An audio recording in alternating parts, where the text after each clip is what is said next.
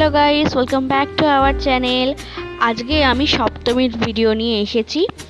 সপ্তমীর দিন সকালবেলাতে প্রথম আজকে আমি আমার পাড়ার ঠাকুরের বা পাড়ার মায়ের দর্শন করলাম। সকালবেলা গিয়েছিলাম একটু তাড়াতাড়ি, সেই জন্য কিছু পুজোর জোগাড়ে সাহায্য করেছি, অল্প, খুবই অল্প।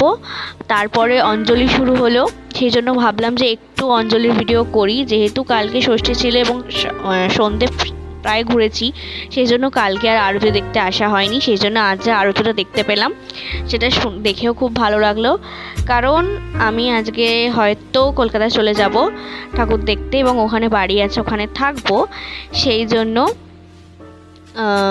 আর হয়তো দেখা হবে না বা করা হবে না, সেই জন্য আজকে আমি পুজো দিতে এসেছি এবং অঞ্জলিও দিয়ে দেব। তো মাকে দেখে আর কিছু বলার নেই। তো যেমন যথারীতি আগের ব্লগে বলেছিলাম যে আমার মেমোরি ফুল হয়ে গেছিলো ফোনের, সেই জন্য অনেক ভিডিও ডিলিট হয়ে গেছিলো। তেমনই সেম জিনিস অনেক ঠাকুরই দেখেছিলাম সপ্তমীর দিনও, বাট আমি আর কিছু ভিডিও খুঁজে পাচ্ছি না। কয়েকটা ছবি আছে, সেটা পরবর্তীকালে দিয়ে দেব, দেখে নেবে। আর যদি আমার ভিডিও পছন্দ হয়ে থাকে তাহলে প্লিজ লাইক, কমেন্ট এবং নিজেদের বন্ধু এবং পরিবারের মধ্যে শেয়ার করে দেবেন।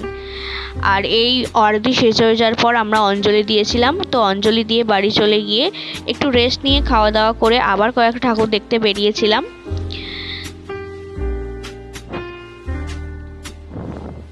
এছাড়াও পুজোতে এবছর গিয়েছিলাম বাবার মামার বাড়িতে, তো সেখানেও কয়েকটা ঠাকুর দেখেছি।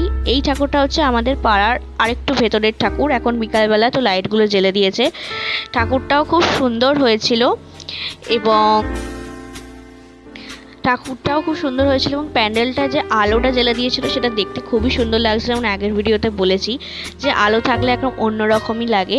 আর এই মন্দিরটা হচ্ছে বৈষ্ণব দেবীর মন্দির, কলকাতায় বাড়ির কাছাকাছি আছে। এই ঠাকুরটা দেখে আমার এত ভালো লেগে গেছিলো, আমি যেন বলছিলাম যে এরকম ছোট্ট ঠাকুর যদি আমি পুজো করতে পারি। আর এইখানে হচ্ছে আর একটা প্যান্ডেল, আমরা বাড়ির থেকে বেশি দূরে যাইনি, কাছাকাছির মধ্যেই ছিলাম। এই প্যান্ডেলটাও খুব সুন্দর করেছে। আর বাকি ভিডিওগুলো আমি পাইনি, পেলে অবশ্যই দিতাম। So thank you for today's.